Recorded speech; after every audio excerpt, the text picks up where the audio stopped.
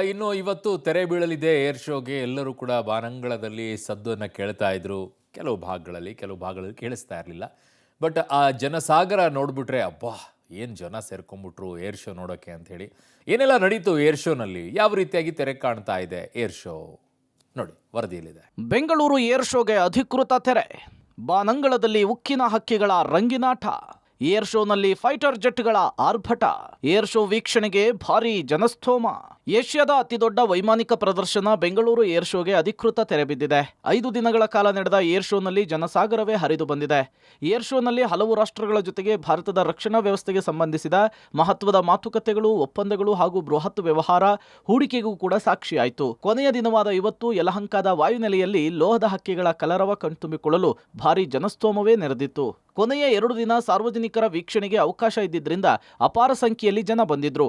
ಇವತ್ತು ಬೆಳಗ್ಗೆ 10 ಗಂಟೆಯಿಂದ 2 ಗಂಟೆಯ ತನಕ ಮೊದಲ ಪ್ರದರ್ಶನ, ಮಧ್ಯಾಹ್ನ 2 ಗಂಟೆಯಿಂದ 5 ಗಂಟೆಯ ತನಕ ಎರಡನೇ ಪ್ರದರ್ಶನ ನಡೀತು. ಅಮೆರಿಕದ S-35, ರಷ್ಯಾದ Su-57 ತೇಜಸ್ ಹಗುರು ಯುದ್ಧ ಹೆಲಿಕಾಪ್ಟರ್ಗಳು ಸೂರ್ಯಕಿರಣನ ಪ್ರದರ್ಶನ ಕಣ್ಮನ ಸೆಳೆದ್ವು. ಪ್ರೇಮಿಗಳ ದಿನವಾದ ಇವತ್ತು ಬಾನಂಗಳದಲ್ಲಿ ಸೂರ್ಯಕಿರಣ ತಂಡ ಆಗಸದಲ್ಲಿ ಪ್ರೇಮದ ಸಂಕೇತವಾಗಿ ಬಿಡಿಸಿದ ದಿಲ್ ಮಾರ್ಕ್ಗೆ ದೊಡ್ಡ ಚಪ್ಪಾಳೆ, ಶಿಳ್ಳೆ ಕೇಳಿಬಂತು. It's really nice. Every time, every air show, I love coming to air show, especially looking at aircrafts. Aircrafts are like very, very beautiful.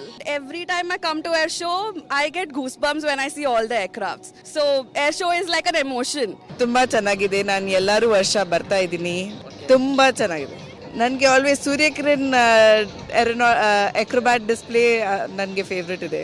ನಮ್ಗೆ ಬಂದು ನಮ್ಮ Indian air force might on display, Sukhoi 30, ನಮ್ಮದು Rafale jet, ಇದೆಲ್ಲ first ಲೈವ್ನಲ್ಲಿ ನೋಡೋಕ್ಕೆ ತುಂಬ ಇಷ್ಟ ಇದೆ. But also with the global giants, Russia is displaying Su-57, US is displaying the F-35, F-16. ಅದ್ರ ಜೊತೆ ನಮ್ಮ ಏರ್ಕ್ರಾಫ್ಟ್ ಬಂದು going head to head is a big matter of pride. Now even the helicopters and HAL, BEML, ಇದೆಲ್ಲ on the world stage ಒಂದು ಚೆನ್ನಾಗಿ ನೋಡೋಕ್ಕೆ ನಮ್ಗೆ ತುಂಬ ಪ್ರೌಡ್ ಆಗಿದೆ. ಅದೇ 5 ದಿನಗಳ ಕಾಲ ನಡೆದ ಏರೋ ಇಂಡಿಯಾದಲ್ಲಿ ಅತ್ಯಾಧುನಿಕ ತಂತ್ರಜ್ಞಾನವುಳ್ಳ ಹೆಲಿಕಾಪ್ಟರ್ಗಳು, ಯುದ್ಧ ವಿಮಾನಗಳು, ಡ್ರೋನ್, AI, ಐರನ್ ಡೋಮ್ ಸೇರಿ ಹಲವು ರಕ್ಷಣಾ ಉತ್ಪನ್ನಗಳು ವಿದೇಶಿಗರನ್ನು ಆಕರ್ಷಿಸಿದವು.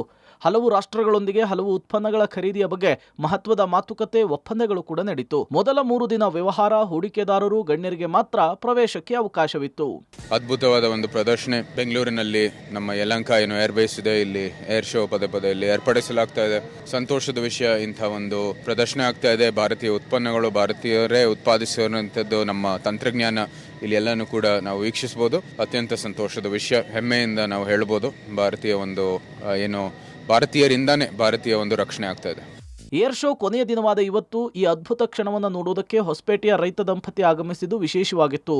ಪಂಚೆ ಹಾಗೂ ಇಲ್ಕಲ್ ಸೀರೆಯನ್ನು ಉಟ್ಟು ಬಂದಿದ್ದಂತಹ ವೃದ್ಧ ದಂಪತಿ ಸೂಟು ಬೂಟು ಹಾಕೊಂಡು ಬರೋರ ಮಧ್ಯೆ ಡಿಫರೆಂಟ್ ಆಗಿ ಕಾಣ್ತಾ ಗ್ರಾಮೀಣ ಸೊಗಡನ್ನ ಅನಾವರಣ ಮಾಡಿದ್ರು. ಏರೋ ಇಂಡಿಯಾ 2025ರಲ್ಲಿ ಭಾರತೀಯ ಸೇನಾ ವಿಂಗ್ ಕಮಾಂಡರ್ಗಳು, ಪೈಲಟ್ಗಳ ಬಳಕೆಗಾಗಿಯೇ ಕನ್ನಡಿಗರು ತಯಾರು ಮಾಡಿರುವ ಅಡ್ವಾನ್ಸ್ಡ್ ಹೆಲ್ಮೆಟ್ ಏರ್ ಶೋಗೆ ಹೋದವರನ್ನ ಅಚ್ಚರಿಗೊಳಿಸಿತು. ವರ್ಚಸ್ ಏರೋಸ್ಪೇಸ್ ಸಂಸ್ಥೆ ಸುಮಾರು 8 ರಿಂದ 10 ಕೋಟಿ ವೆಚ್ಚದ 1 ಕೆಜಿ ತೂಕದ ಈ ಒಂದು ಹೆಲ್ಮೆಟ್ ಸೆನ್ಸಾರ್ ಮೂಲಕ ಫೈಟರ್ ಜೆಟ್ ಮೇಲಿರುವ ಪೈಲಟ್ಗಳಿಗೆ ಸುತ್ತಲಿನ ಪ್ರದೇಶದ ಚಟುವಟಿಕೆಗಳ ಬಗ್ಗೆ ಮಾಹಿತಿ ನೀಡುವ ಜೊತೆಗೆ ಕಣ್ಣಂಚಿನಲ್ಲಿಯೇ ಎಲ್ಲವೂ ಕೂಡ ತಿಳಿಯುವಂತೆ ಅಭಿವೃದ್ಧಿಪಡಿಸಲಾಗಿದೆ. ಈಗ ಆ ಹೆಲ್ಮೆಟ್ ಅಂದ್ರೆ ನಾನು ದೃಶ್ಯಾವಳಿಗಳನ್ನು ತೋರಿಸಿ ಅದನ್ನು ಎಕ್ಸ್ಪ್ಲೇನ್ ಮಾಡ್ತೀನಿ. ಮೊದಲು ನೀವು ಆ ದೃಶ್ಯವನ್ನು ನೋಡ್ಕೊಳ್ಳಿ. ಆ ಹೆಲ್ಮೆಟ್ ಬಗ್ಗೆ ಹೇಳ್ತಾ ಹೋದರೆ ನಿಜಕ್ಕೂ ನೀವು ಕೂಡ ಆಶ್ಚರ್ಯವನ್ನು ಪಡ್ತೀರಿ.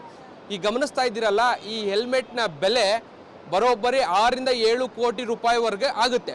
ಒಂದು ಹೆಲ್ಮೆಟ್ನ ಬೆಲೆ. ಇದನ್ನು ಬಳಸುವಂಥವರು ತೇಜಸ್ ನೆಕ್ಸ್ಟ್ ಜನರೇಷನ್ ಏನಿದೆ, ಆ ಫೈಟರ್ ಜೆಟ್ ಚಲನೆ ಮಾಡುವಂತಹ ಅಲ್ಲಿನ ಪೈಲಟ್ಗಳು ಅಥವಾ ವಿಂಗ್ ಕಮಾಂಡರ್ಗಳು ಇದನ್ನು ಬಳಕೆ ಮಾಡುವಂಥದ್ದು. ಇದು ಹೆಲ್ಮೆಟ್ ಮೌಂಟೆಡ್ ಡಿಸ್ಪ್ಲೇ ಅಂತ ಬರುತ್ತೆ. ಇದರಲ್ಲಿ ಒಂದು 2-3 ವೆರೈಟಿ ಬರುತ್ತೆ. ಇದರಲ್ಲಿ ಫೈಟರ್ ಜೆಟ್ಟಿಗೆ ಅಥವಾ ಹೆಲಿಕಾಪ್ಟರಿಗೆ ಪೈಲಟ್ಸು ಇದನ್ನು ಉಪಯೋಗಿಸ್ಕೋತಾರೆ. ಇಂಡಿಯಾದಲ್ಲಿ ನಾವು ಒಂದೇ ಕಂಪನಿ ಇದನ್ನು ಡೆವಲಪ್ ಮಾಡ್ತಿರೋದು. 5 ದಿನಗಳ ಕಾಲ ನಡೆದ ಏರ್ ಶೋ ಯಶಸ್ವಿಯಾಗಿ ಮುಕ್ತಾಯವಾಗಿದೆ. ಬಲಿಷ್ಠ ಭಾರತದ ನಿರ್ಮಾಣಕ್ಕೆ ಈ ಏರ್ ಶೋ ಸಾಕ್ಷಿಯಾಯಿತು. Prakash, public TV, Bengaluru.